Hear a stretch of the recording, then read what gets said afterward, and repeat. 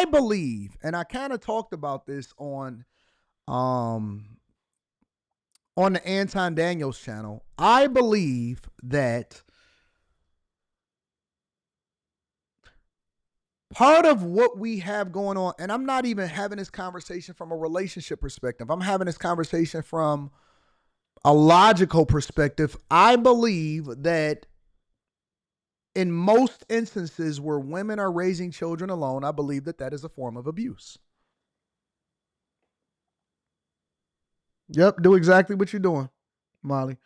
I believe that in most instances, not all, but in most instances, women raising children alone, whether you want to blame it on the man, whether you want to blame it on the woman, whatever it is, I believe that women raising children alone is a form of abuse. I believe that women getting pregnant, understanding that the man is not going to play a role in a child's life, is a form of abuse.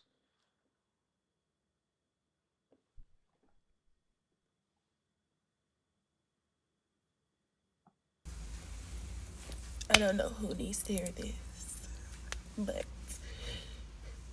if you are thinking about getting an abortion, if you feel like you need that abortion, if you think that abortion is gonna be the best thing for you, you need to get that abortion. I don't care who say they're gonna be there for you. I don't care what type of help people think they're going to give you. Get that fucking abortion. If that's what's in your heart, if that's what's in your head, I don't care about your religion. I don't care how bad it hurts. I am telling you, get that fucking abortion. So here's my question. All right. Here's my question. How come when we have these conversations that the narrative is never, I don't care what happens. I don't care what, no matter what nobody tells you. Close your legs and don't get pregnant.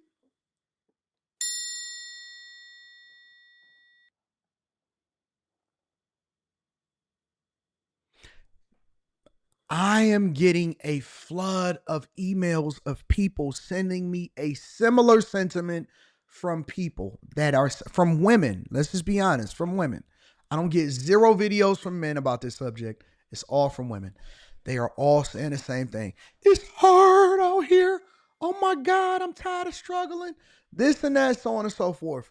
But they never say, don't get with the dusty man. Don't open up your legs to people that's not married to you. Don't let a dude skeet in you that's not doing it. Don't not get pregnant and none of this stuff. They only say, I don't care what anybody tells you to do, get the abortion. I don't get it. I don't get it. Why are y'all not just listening? Look, the best form of maintenance is preventative. The best form of maintenance is preventative.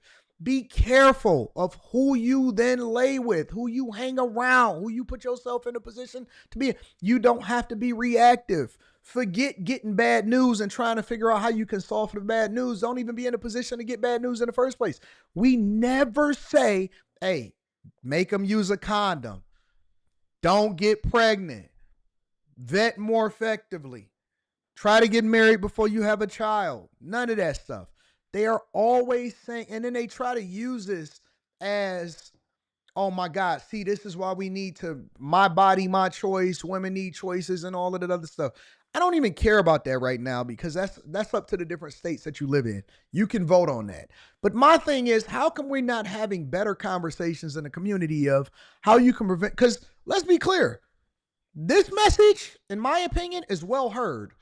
All women across the globe that just so happen to be at Black, African American, however you want to put it, they absolutely have been listening to this message and they've been having this conversation a long time. You know how I know? Because Planned Parenthood is booming.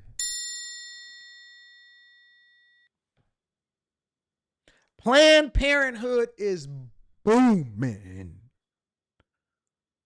On my way in here today, I'm driving by and I see the same old. They got the hood on. They walking in by themselves because it's a Planned Parenthood close by. And so I passed by it on the way in here and I never noticed it I really never noticed it. You know how you don't notice the things that surround you until you drive by it enough or something happens to where you start paying attention? It's kind of like a car, right? When you buy a car, you be like, man, this is fly. And then when you buy it, you start noticing every other car on the road that's just like yours. Like, man, I never noticed this many cars before.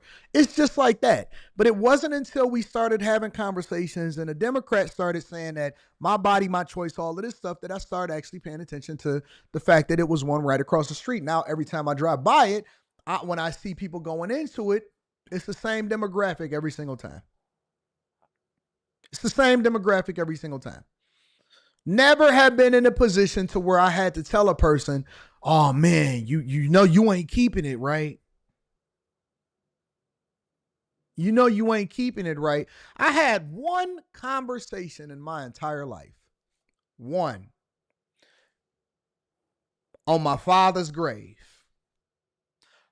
I remember I was talking to a girl back in the day, and obviously I was much younger. And so, just different conversations, talking on the phone. And I was like, you know, man, I'm not even ready, even remotely, to even start thinking about a kid. And you know how you pose a hypothetical, what would you do if you was to get pregnant? And she told me straight up. This is what she said. She said, "Oh, I'm definitely having that baby." And I was like, "What you mean?" I was like, "You wouldn't even think about it?" Because this is liberal AD. This is older AD or younger AD. You wouldn't even think about it? She was like, "Nope." You wouldn't even have a say in it. We definitely having that kid. And immediately I was like, that was a reality check because I had already really grew up thinking and knowing to myself, I'm not having any children out of wedlock. And if I have a kid, I am going to stay with the mother of that kid and raise that child. And if me and the mother just so happen to not really know, not get along or whatever, we gonna stay together until that child is a big kid, is grown, driving, getting to it. Then we may be able to refigure some stuff out because anything we do at that point doesn't affect the child. But that was a reality check for me. I'm like, okay, well, all right. I was like, word. She was like, word. I was like, And I asked her, I said, so, why would you not even have that conversation with me? And she said, oh, because I don't believe in that. That's against my religion and all of this other stuff. And I said, okay, cool. I said, but it's not, I didn't say this out loud because I wasn't as incendiary as I am now. I said, but it's not it's not outside your religion to get buzzed down. You know what I'm saying? Like, oh, you gonna pick and choose a religion. But that was my reality check. And I realized that even though it may not be fair for her to make that decision by herself, the law says that she could. And so I made a decision proactively, not you. No. I don't want no parts of it. Ain't no need in fighting you. I'm not going to go back and forth. I'm not going to try to figure out how I can give you some money in order to get it. And if you didn't get it and you didn't get it, and I'm not going to family court law. I'm not doing none of that. You can forget it, big dog. It's not happening. Sobered me up. She was gorgeous too. Gorgeous. Sobered me right on up. She went from an 8 in my mind to a 1 to a 0. Didn't even want to talk to her. And I respect her for it, but I respect myself and my ability to be able to control what my circumstances and what my life is going to be more. I had a lot of respect. She went from an 8 to a 1 in my mind. Nah, you bad, but you ain't that bad.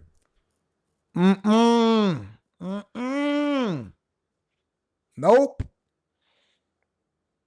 Nope. I'm out. Never talked to her again after that day. There is no fucking help out here, G. There is no help. I don't give a fuck. I don't even care about the comments that y'all leave. I swear to God, I don't. I swear. I am so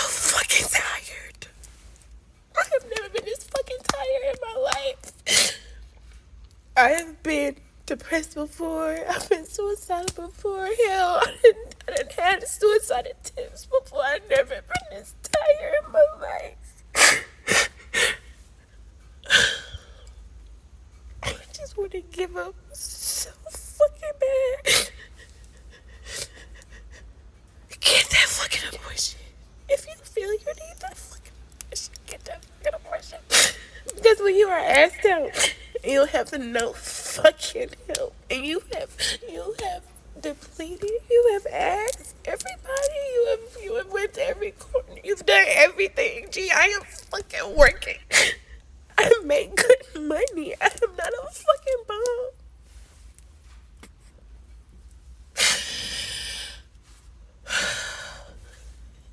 Get that fucking abortion. If you think you need that abortion.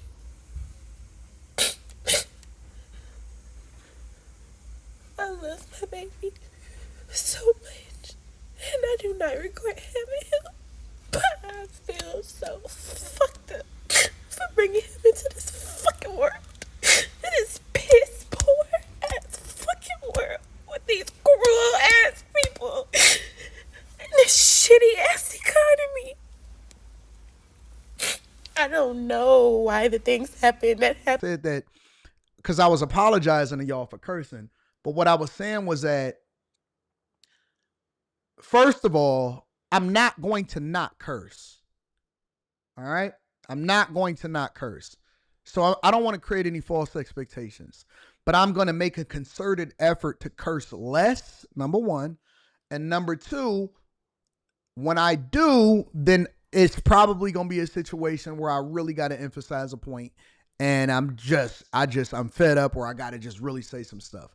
But I am going to make a concerted effort for every word not to be F, S, B, all of this other stuff, right? Even when I'm going off on somebody, I'm going to make a more concerted effort not to curse regularly and to be more sporadic when I do, because sometimes I just got to say it because it just hits different.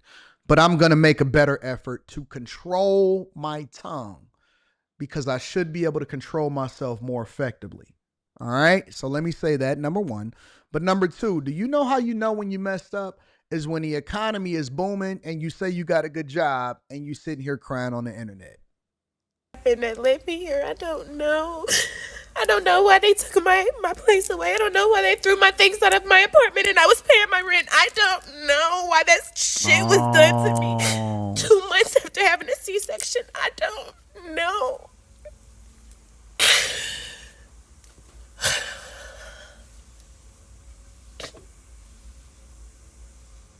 I have been praying. I have been letting go. I have been walking away. I have been doing the hard work. I'm tired. I'm tired. I'm tired. And I don't want my baby hearing this bullshit. Get the fucking abortion. It's get the abortion. Hey, imagine you growing up and you seeing this video from your mama one day. Imagine you growing up and you seeing this video from your mother one day. Crazy. Just get the abortion. Don't listen to what nobody says. Yes, swear to God. Because this shit, this single mom shit, nobody can prepare you for this shit. Nobody can prepare you for this shit. And you think you're gonna have support from women? From women? Crash out. The bitches are going to eat you the fuck up. They don't give a fuck about us. They laughing in our faces. They're making comments and posts and videos about how dumb we are. And we chose this life. At least she's self-aware. And then the men. And then those fucked up ass men. I'm going to be honest, I didn't get to this point, so I'm looking at this in real time and realizing that she's going this way, just like you guys. We live in a sick ass world. I am telling you, get the fucking abortion. Your baby does not deserve this shit. Your baby deserves so much better than this piss poor ass world we live in. This shit is fucked up. I'm tired.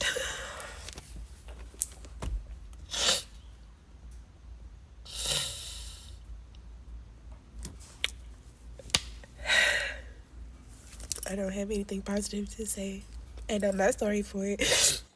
Cool. So, ladies, let this be a warning to all of those that is considering getting with a man. No, you know what? I'm gonna save that for the next portion of the show.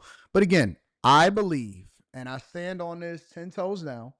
I believe that women that are raising children alone and men that are putting women in a position to raise children alone, that is a form of abuse. I do. I believe that that is a form of abuse. We have to start taxing people more or penalizing people more, and I'm talking about both the man and the woman that choose to separate instead of us giving rewards for people having a bunch of children out of wedlock. I believe that we should either start penalizing or we should start actually rewarding people that do it the right way. It's got to be another way that the system can work that incentivizes people to do it the right way.